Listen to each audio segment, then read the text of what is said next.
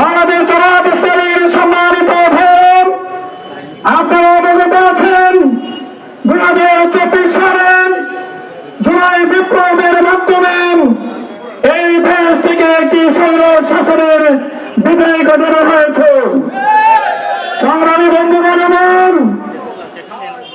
এত রক্তের বিনিময়, এত কষ্টের বিনিময় এই স্বাধীনতা অর্জনের পরে আজকে আমরা দেখতে পাচ্ছি আগামী দিনের নির্বাচন নিয়ে খেল তামাশা শুরু করে দেওয়া হয়েছে।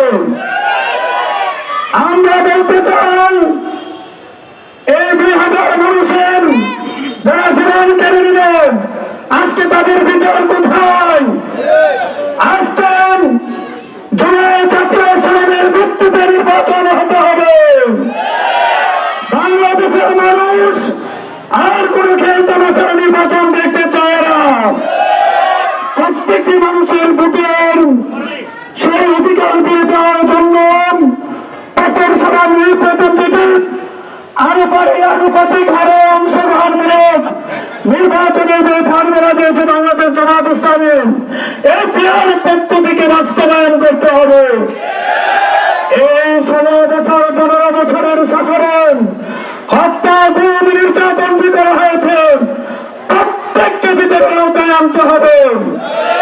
আওয়ামী লীগ, জাতীয় পার্টি সহ যারা দেশের মানুষকে নিয়ে ছিনিমিনি খেলেছে, হত্যার হুলি খেলেছে, তাদেরকে রাজনীতি থেকে বিদায় করতে হবে। সম্মানিত ভাইয়েরা আমার, আমাদের দাবি যদি আদায় না হয়, এর চেয়ে কঠোর পদক্ষেপ এবং কর্মসূচির মাধ্যমে এই সরকারের কাছ থেকে দাবি আদায় করা হবে। আগামীর বাংলাদেশ ইসলামের বাংলাদেশ। সবাইকে ধন্যবাদ জানিয়ে বক্তব্য শেষ করছি। আসসালামু আলাইকুম ওয়া রাহমাতুল্লাহ।